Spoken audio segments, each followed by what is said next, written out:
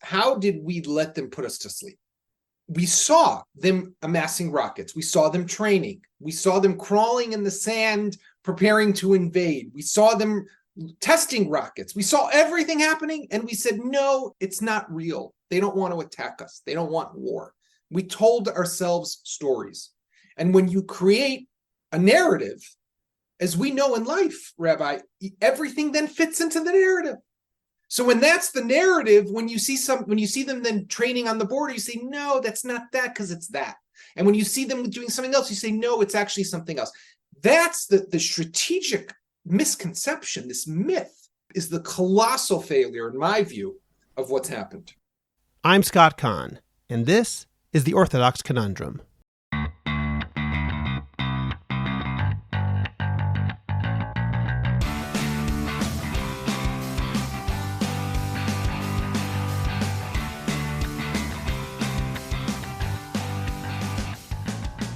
This is the Orthodox Conundrum on JewishCoffeehouse.com.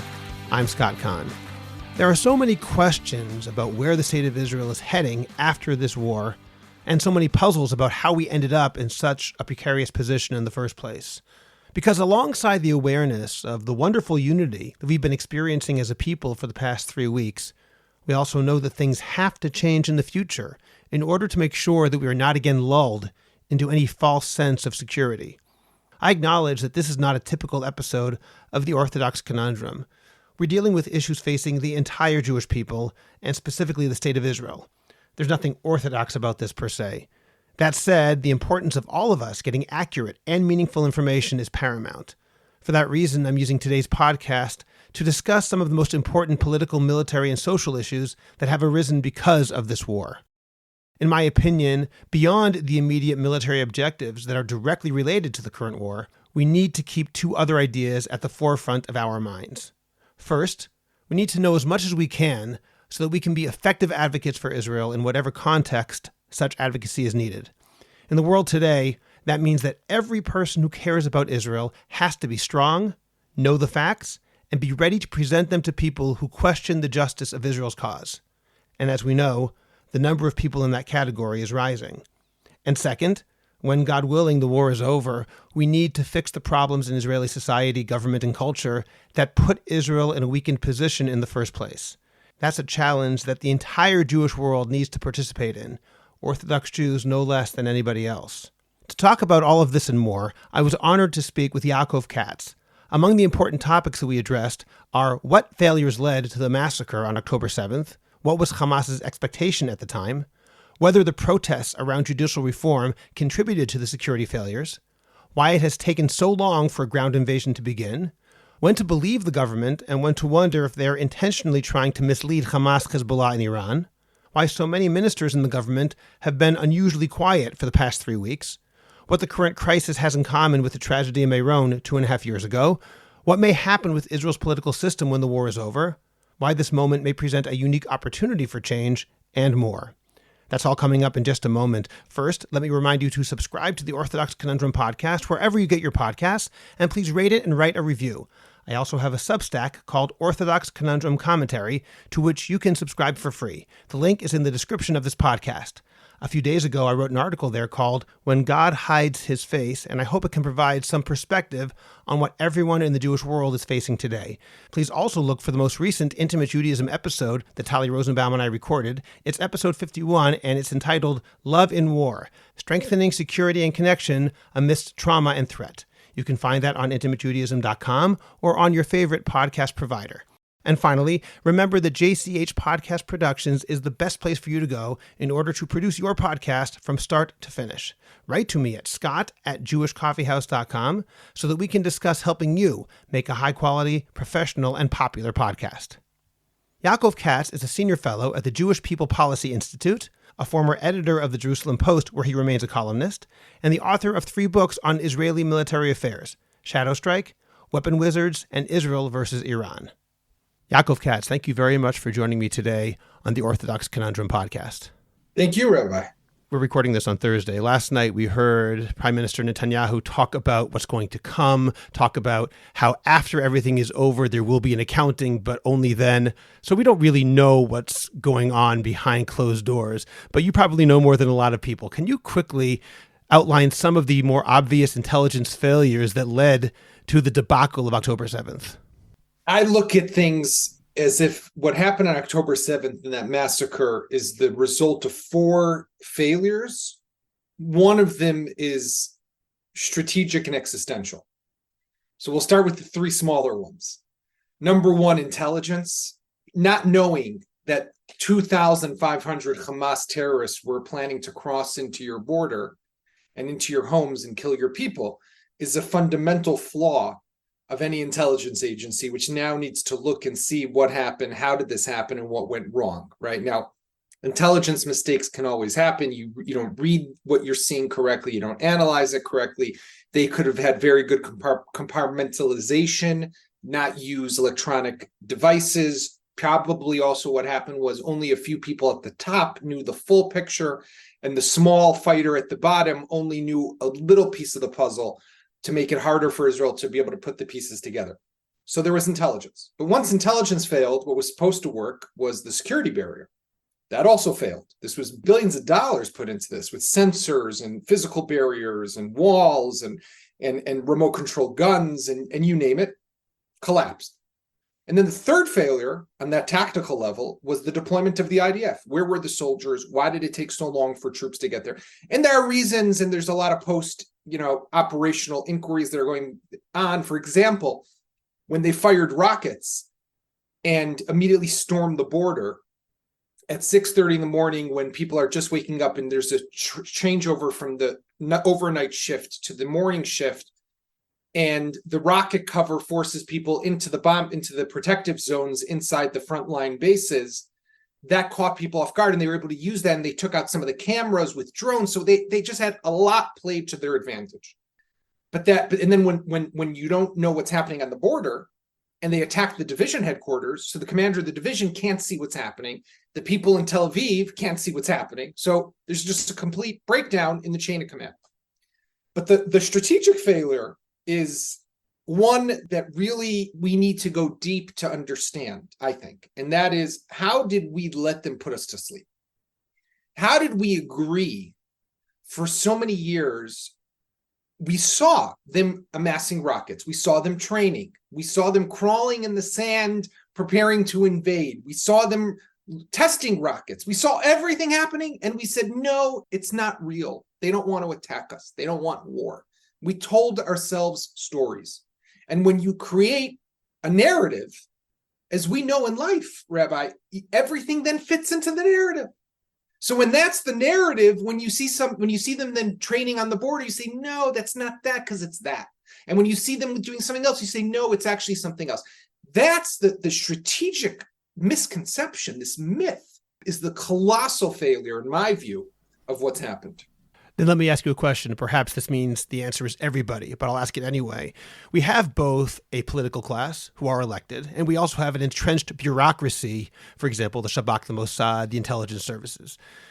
Do you think, Yaakov, that the blame should be let at one more than the other, or is this across the board a fashla? This is a systemic or systematic failure on every level of our security establishment and our political establishment. By the way, politically, I would say that the government completely needs to go for the simple, not just the negligence that led to this, but what they tried to do here in the 8 months, 9 months preceding with the judicial reform. And I'm not getting into whether it was right or wrong, because it makes no difference right now. But they distracted our country. They made us weak. They projected weakness to the world, and our enemies took advantage. Our enemies weren't brilliant. They saw weakness, a vulnerability, and they took advantage of it, just like we would take advantage if it happened by them. They saw an opportunity and they grabbed it. But the head of the Shabak, the head of the IDF, the head of military intelligence, the defense minister, and the prime minister, in my view, all need to go when this is over. Let me ask you what you said a moment ago about the weakness in Israeli society. those people who are in favor of judicial reform will say it's not the government's fault, it's the protesters' fault. You just said you're laying the blame at the feet of the government. Now, personally, I'm against judicial reform in the way that it's being done by the government, so I'm not making this point. But to play devil's advocate, I still think that people would say, why would you blame the government? You can blame Israeli society, so to speak, for not being willing to accept legislation that is being proposed by the majority government. You're talking to someone who's a proponent of judicial reform. I, for years, was writing before they even brought up these issues, how to change the way we select our Supreme Court justices, how it made no sense that we don't have an override bill, all this stuff. However, the way they did it, to bulldoze it through, to create this crisis within Israel. By the way, there's a simple way to go about doing it. Do it with a consensus. The opposition came to the table and said, listen, we'll agree to this. Let's do it together. And they kept on refusing. So yes, at the end of the day, they are to blame. They could have paused. They could have tried to do this as a compromise and with a larger consensus of Israeli society. And when they refused to do that, what it showed was an arrogance and a hubris that is what led to people look at the disaster of October 7th as like almost 50 years to the day on the Gregorian calendar, right? One day later, October 6th was when the Yom Kippur War broke out in 1973, as the greatest failure since Yom Kippur. And what led up to the Yom Kippur War was also this hubris from the 6-Day War. But we had the same thing in the run-up to this. We thought we're invincible, no one can touch us, and we could play games with our democratic system and let the country rip itself apart. But that is not acceptable anymore. Now we know that. Yaakov, what do you think that Hamas thought was going to happen? Meaning, is what's happening now, this massive response with 350,000 reservists called up, massing on the border, is this playing into Hamas's hands? Is this what Hamas thought would happen? Or is Israel responding in a stronger way than they anticipated? People thought in the beginning that Hamas got lucky. Hamas was surprised by its own success. People were saying that, it's very similar to what Nasrallah, the leader of Hezbollah, said after the 2006 war. Had I known that Israel would have responded the way it did, I never would have attacked that convoy and abducted those 2 IDF reservists. I think that Hamas had this all planned out.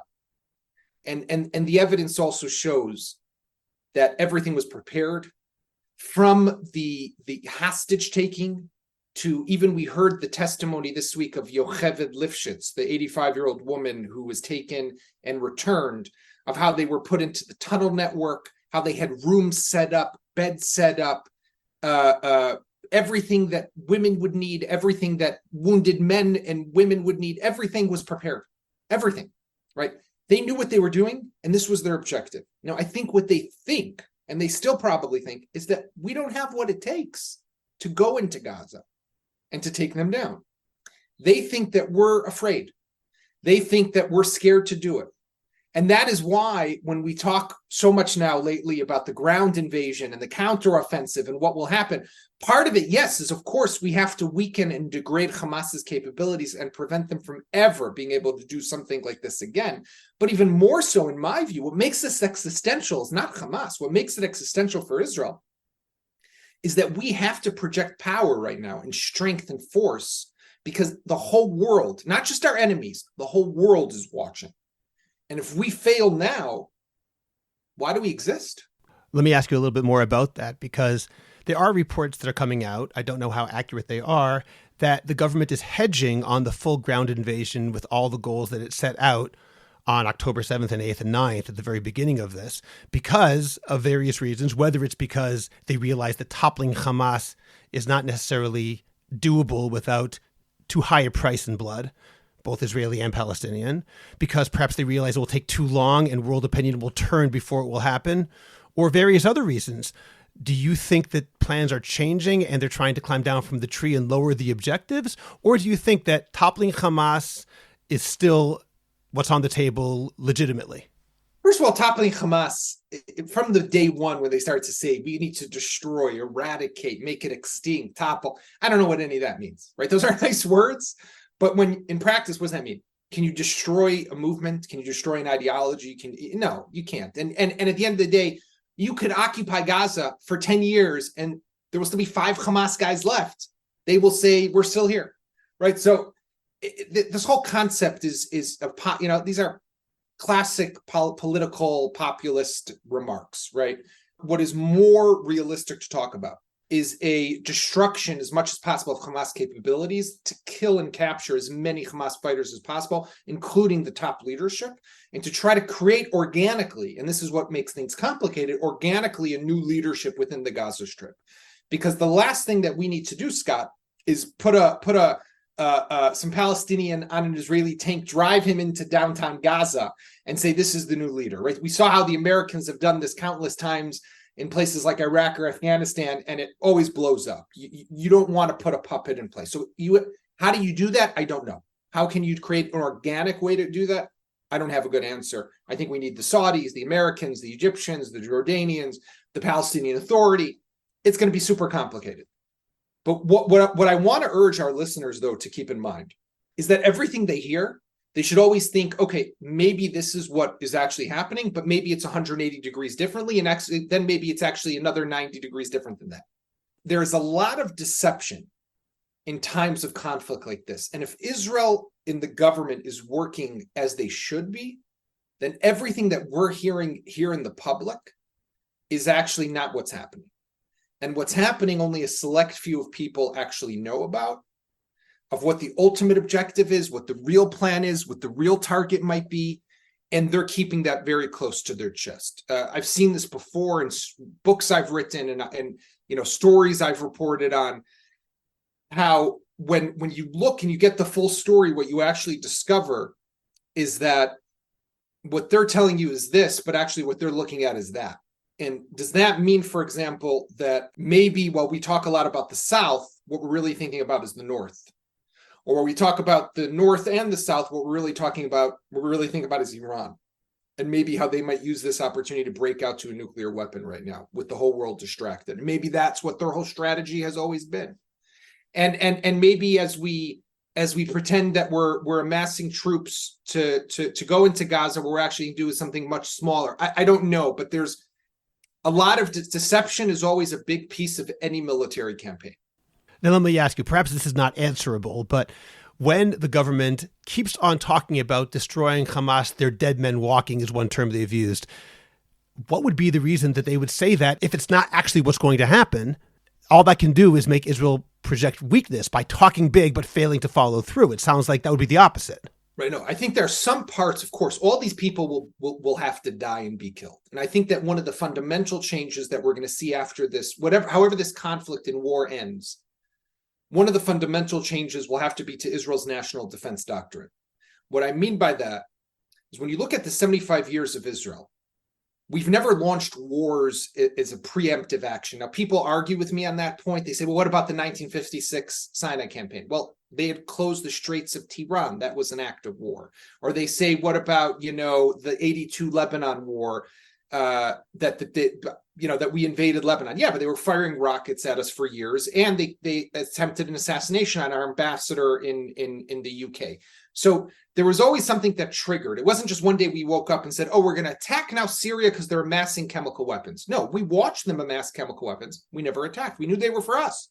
We saw all these years Hezbollah and Hamas amass weapons and train, but we never attacked because we said, we'll wait for them to attack us and then we'll attack. I think the fundamental change that will have to come down, no matter how this ends, is because we can't destroy them completely. They will try to rebuild. So for us to retain our defenses, we have to make a shift in our mindset and our national policy and hold now by a new pillar of preemptive action all the time. We've seen it over the last 10 years in Syria, where there's almost weekly attacks, right, against Iranian entrenchment. And the reason we've been able to do it in Syria is because there's no stable regime there and less of a fear of a retaliation. We're paralyzed for 17 years against Hezbollah. We saw them go from 20,000 rockets after 2006 to 150,000 rockets a day, and we let that happen. Why? We said, no, deterrence, containment, economic incentives, diplomacy. We told ourselves a story. And now we're on the eve of those 150,000 rockets being fired at us. So however this ends, we have to wake up and say, we can't live like this anymore. And we will have to use, in my view, a policy of preemptive action. Now, how does that fit into what you asked?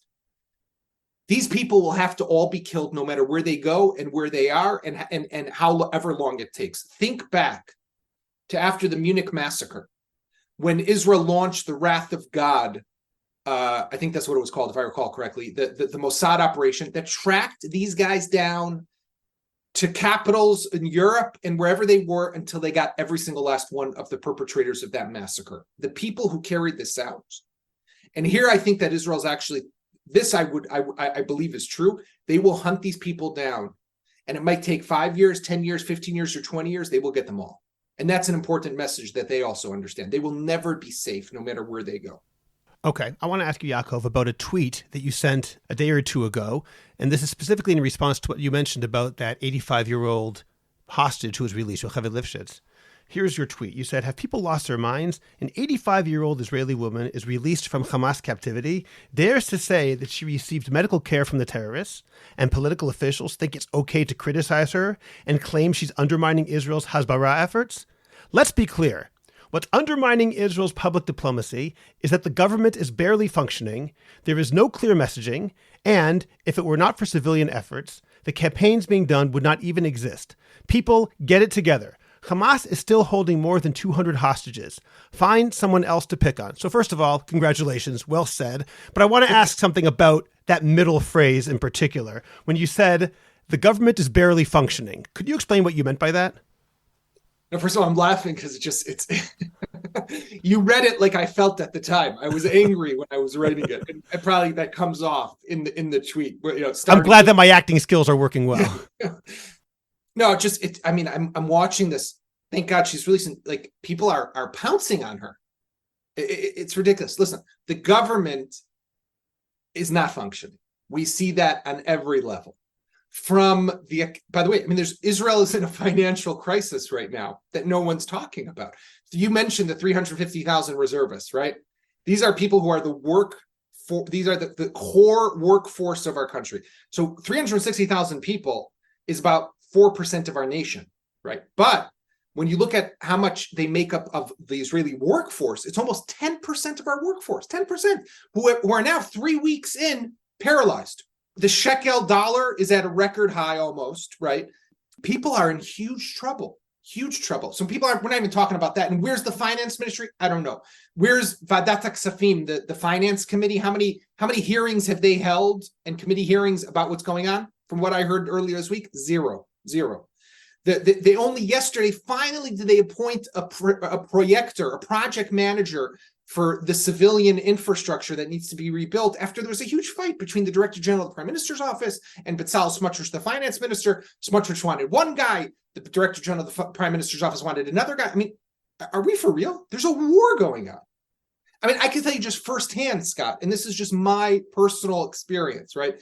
Things that I did I'm not unique, and I'm not looking for any appreciation, but I was involved in bringing together the group of American Israeli hostages. There's now 10 of them, right? Me and a couple other friends, we got together on Tuesday, 3 days after the war started. Each of us had heard of a different person. We said, we're doing a press conference today. One guy got the Carlton Hotel in Tel Aviv, and they deserve a lot of credit, gave us a free room. I got a company that gave us free satellite broadcasting. Go Live is their name. They deserve credit for doing that for free, for giving us to that. Then we got 4 families. They came. Someone else got their pictures of their loved ones printed up. We had 50 media outlets there. It was broadcast live on Fox, CNN, ABC, NBC, you name it. And later that night was Biden's first speech, where he said, we now have learned that there are American hostages. Did I do anything special? No, but we just worked. We acted. Should me and my friends have done that? No, it should have been done by the government. But that's just one tiny example. I heard the other day of how the government has reached out to do a big media buy around the world, Hamas equals ISIS, with photos, and put this as on digital banners on websites and billboards. Costs maybe about 10 million shekel, $2.5–3 million. But no one in the government wants to sign off on it. Something as simple as that, $3 million, the wealthy state of Israel can't pay for it. We got to go schnorr money off of people. And by the way, here's another thing. All this, and by the way, incredible what has been happening with Jews around the world coming to give money and to donate and to contribute to Israel. And I've been on countless phone calls and Zooms and making connections and helping people. But does it make sense that people in America are spending millions of dollars so Israeli soldiers can get ceramic vests? Where is the defense? Where is the government? These are basic necessities for soldiers. What is going on here? So when I look at everything, and people say that because Yocheved Lifshitz, an 85-year-old woman, dared to say that, yes, they gave me a doctor, they gave me a medic, they gave me my medicine, they gave me food, right? Of course they gave her that because they want to keep her alive because they know that she's worth more alive than dead. We're going to pounce on her as opposed to look at what is our government doing, which is sadly very little, right? There's a war going on. And I think that we have to keep ourselves focused on what really matters, what's really important here. Well, can you explain where the government dysfunction is coming? Meaning, yes, I am not a fan of this government. I'll put that out there. I also think, however, that in a time of war, you would think that some of these bureaucratic squabbles would simply go down when people recognize, as Bibi Netanyahu said last night, this is a fight for the existence of the state of Israel. This is existential. It's not a campaign, it's a war. Why is the government continuing to be ineffective? Part of it stems from the fact that you have incompetent people in certain jobs. You have the wrong people in those jobs. And when you have the wrong people in certain jobs, it's just not going to work. There is, I'll just give you one example because we were talking about the tweet and about Hasbara, PR, public diplomacy. Only this past July, August, did Netanyahu finally appoint someone to what's known as Marach Hasbara Leumi, the National Information Directorate. It's basically a director general level position in the prime minister's office, appointed by the Israeli government, who is responsible for all public diplomacy efforts in the country. Now, Netanyahu did not have anyone there for years. And then when he left office, Bennett appointed someone. That person didn't stay long because we know Bennett didn't stay long. And then Netanyahu's been back for 8-9 months, now appointed somebody. Seems like a really good guy, by the way. I don't know him personally. Seems like a good guy, but he does not come with any media experience, does not know public diplomacy, right? I don't think he's ever done an interview with the foreign media. So when the war broke out, what did they do? Look what's happened there. And thank God we have these people who are willing to put everything aside and come right back in. Mark Regev is back in his job. Mark's amazing. Elon Levy, who was the international spokesperson for Herzog, he's fantastic. And I think Elon is doing an amazing job. Elon goes in and puts aside his criticism of the government. And there's other people who have done that. And thank God we have people who are true patriots. But why wasn't this all set up before? Right? I mean, this is a shocker to us that when war breaks out, we need to get messaging right. The IDF spokesperson is doing a fantastic job, but they're the only ones who are really speaking. Where is the country? Why is there not clear messaging across the board? Where are the ministers, by the way, Scott? Have you heard anyone? Have you seen anyone out there? Is anyone interviewing? Is anyone talking to the Israeli public? We're 3 weeks into this war almost. I don't see anybody. I don't hear anybody. Well, can you explain that? Actually, that was my next question, because the ministers, as you say, have been silent. Bibi Netanyahu, during COVID, for example, used to have nightly updates at the beginning. Yeah, he had to teach us how to blow our nose in our sleeve or something like that. Exactly. That's his job as prime minister. Now, when there's a war going on, yes, last night he had an address, but he's been, in my mind, strangely quiet. To what do you attribute that silence? Meaning, even if they can't get their act together, you would think the prime minister would want that airtime to project that leadership. That's what Bibi does, and he's not doing it. What's going on? I can't... look, the only explanation that I can come up with is that everybody is going underground because they want to try to keep the responsibility off of them. And they want to try and create and pretend as if it won't stick to them the day after. But it will, and it will be a stain on them. You know, you mentioned a few times Netanyahu's speech last night, right? So Netanyahu gives this dramatic speech, which again really doesn't contain much of anything. Classic Netanyahu. But then people were all waiting with great anticipation. Maybe finally he's going to say those words, I am responsible. Like other people have already said, the defense minister, the chief of staff, the head of Shabak. So he says the words, Ani achrai, I am responsible, pauses, and people, later you read these articles, these columns by pundits, they waited with bated breath to see what would come next. And he says, I'm responsible for the future of the state of Israel. Right. So he's responsible for the future, but not for what happened. And I'm thinking to myself, how could you guys be surprised?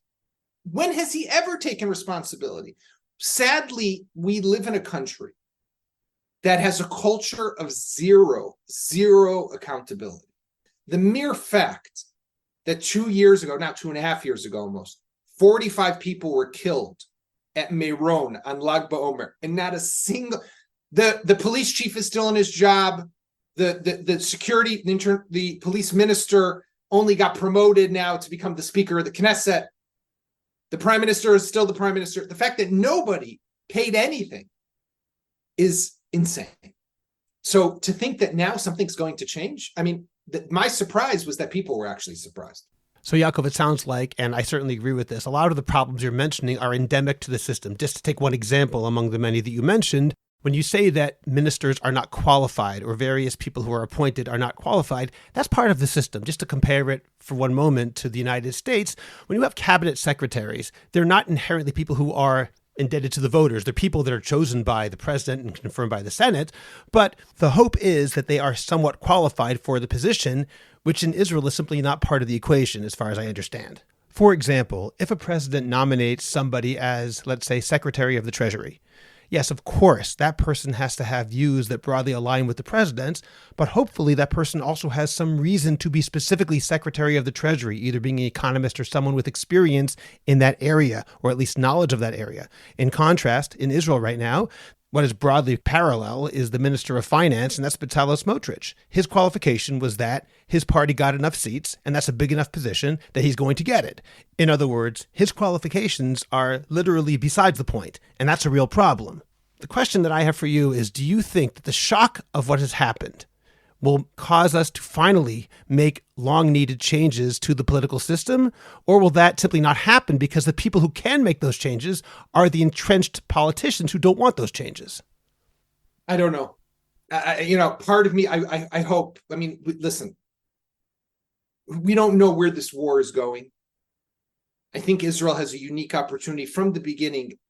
I've believed from when this happened, and looking at the international legitimacy and support that we have today, we're in a unique moment to maybe change once and for all the whole paradigm here in the Middle East, to no longer have to live with a sword up against our neck from the south, from the north, from the Iranians. Will we go all the way with this? I don't know. And there will be a price to pay. I'm not advocating for all-out war on every possible front, but I think that we really have to, and part of what makes me maybe a little confident is the delay that we do see. The fact that things are taking time shows consideration and thought, and serious thought. But when it comes to the change that will be needed internally after this, sadly, you and I both know that we're very good at coming together in times of emergency, but we're also very good in bouncing back and going back to the old ways that were here before. And you're going to see the split again between the pro-Bibi camp and the anti-Bibi camp. And while people tell me all the time, there's no way he survives this, I say to them, just wait. He'll find a way. If there is a way, he'll find it. So for there to be a real fundamental change, we all have to want it and fight for it and demand it. And if we don't, and we continue to sit on the sidelines, then we only have ourselves to blame.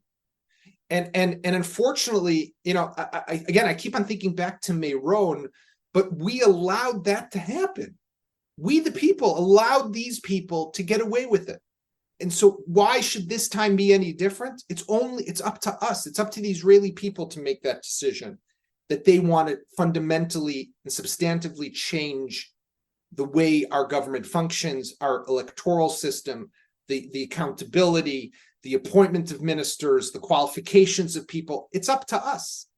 And with that, unfortunately, I don't have great hope. I don't. The one reason I have for hope, Yaakov, and perhaps I'm being naive, is that I assumed for a long time that we allowed our political system to be almost degenerate because the IDF was on some level more important. And that's the real, I'm not going to say it's the power, we're not run by the military, but we're really confident in the most important thing, which is that the IDF will protect us. And given that security is the prime concern, and assuming that the IDF is taking care of that, What happens within the government is almost the small story, the details within the much more important, larger rubric of security, which we assumed was fine. I think the confidence in the IDF has been severely shaken, and as a result of that, it could be that there will have to be a shakeup simply because the old pillars of the establishment are no longer considered as reliable as we thought they were, even beyond the political class. No, I agree. I think, but I mean, what you're saying is true, and that was shattered for Israelis these past few weeks. Was this idea of invincibility, and that something like this couldn't happen, and the army completely collapsing, and our intelligence agencies completely collapsing. But with that said, I'm a fellow at the Jewish People Policy Institute now, and JPPI did a poll, which was very interesting. It shows when you look at supporters of the coalition, who do they blame more, the army or the political class? Overwhelmingly, they blame the army. And when you ask members of the opposition, voters, of the opposition, who do they blame more, the political class or the security agencies? Overwhelmingly, the political class. So you still see, to an extent, people are still very much entrenched in that same political square that they were in before going into this. We have to really decide. I don't know how to achieve this, right? I mean, I think what we're seeing now is beautiful and moving. This coming together, the unity, the civilian enlistment, and hitgaisut, as we call it in Hebrew, just people coming together to help one another. The arvut hadadit that we have is beautiful. I mean, you can't not be moved. But how will that extend the day after? I don't know. And that's what we need. We need to figure out a way to use this, to channel this energy in a positive direction, to make fundamental changes also in the civilian aspect of life in our country. I'm hoping myself, Yaakov, that the shock of this situation, which is the biggest shock since 1973 and perhaps ever in Israel's history, might allow these feelings of unity and I hope you're right. This arvut hadadit to continue. I don't know, but that's my hope, that it might cause a realignment based on that. Let me ask you, I know you don't have very much time and I appreciate your time. I want to ask about a couple small points over here that might be big. Yesterday, I saw that Tzachi Hanegbi praised Qatar for its efforts in something. I'm not even sure what exactly he was praising, the mediation efforts, perhaps for hostages. As you said, we don't really know what's going on. Some of this messaging is intentionally misleading. But what is that really about? Because I hear people in the punditry class saying Qatar is the worst. They try to have both ways. They try to have both America's power behind it, along with funding Hamas. And yet Tzachi Hanegbi praised Qatar, which was shocking to me. Could you explain what that means? The Qataris are a dangerous country, a dangerous government run by the Al Thani royal family. They have a tradition, a history of playing both sides of every conflict. And this is just another classic example. They harbor Hamas leaders in Doha. They give millions and tens of millions of dollars to Hamas to fund their activities. And then when Hamas kidnaps people, they say, hold on, we'll help you get them back. So it's like, I'll shoot you, but then I'll stitch up your wound. The problem is that until now, Israel has been an accomplice to this, right? We facilitated the transfer of that money. Remember the suitcases of cash by the Qataris to the Hamas in Gaza. We allowed that to happen. The world was complicit in allowing Qatar to host the World Cup and to continue to harbor and give sanctuary to Hamas leaders. I wrote a piece the other day for Fox News on this, where I said that Qatar needs to expel the Hamas leaders, and if they won't do it, the United States has a military base there. They should do it for them. They have a huge Air Force base with lots of special forces. Can you imagine, Scott, that after 9/11, and it was Joe Biden who said that this attack on October 7th was the equivalent of 15 9/11s for Israel because of the numbers, that after 9/11, America would discover bin Laden living the life of luxury in Qatar or some other country, they wouldn't go in there within a second and blow that guy up or kill or capture? I mean, there would be no question. But here, we're falling again into this trap of playing this game with the Qataris. They're bad people. Now, what the Qataris care about is one thing and one thing only: their image and how they are perceived around the world. They spend tons and tons of money on buying up sports team. They own PSG in Paris, for example, Paris Saint-Germain. They had the World Cup. They invest money in hedge funds and real estate. They put their money everywhere. They give them a lot of leverage. What Tzachi and Negbi did, I also understand though, because they care so much about their image. They probably said to him, if you don't come out with an official statement, because we're now getting slammed by other people, if you don't come out with this message that makes us look good, we're not going to help you. So I don't blame Hanegbi per se, because Israel does have to do everything it can to get back these hostages. But here's the thing. What we saw happen on October 7th has to be a wake-up call for Israel and for the entire world, that what we are facing is a battle between good and evil. That is what's at the base foundation of this. My heart goes out to every single family that has somebody being held in Gaza. It's terrible. But if we let them hold 220 hostages and then an entire country hostage, then we will lose once again. It is time for us to take and show force and strength and no longer tolerate this garbage that people sell us of complicated. No, it's no longer complicated. It's quite clear what needs to happen. Qatar needs to be held accountable, needs to be made to pay a price, and needs to do everything it can to release those hostages and stop the funding of Hamas and expel or capture Ismail Haniyeh and the other people who are the other Hamas leaders who are in Doha. Need to be stopped.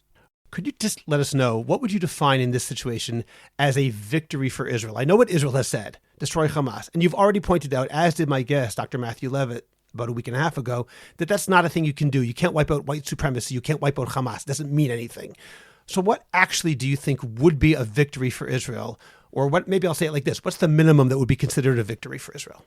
I could say what I would like to see at the end result. I would ideally want to believe that my children and one day my grandchildren will be able to live here in relative peace and quiet. So what I would like to see is 2 generations of quiet. That's bigadol. That's about 50 years.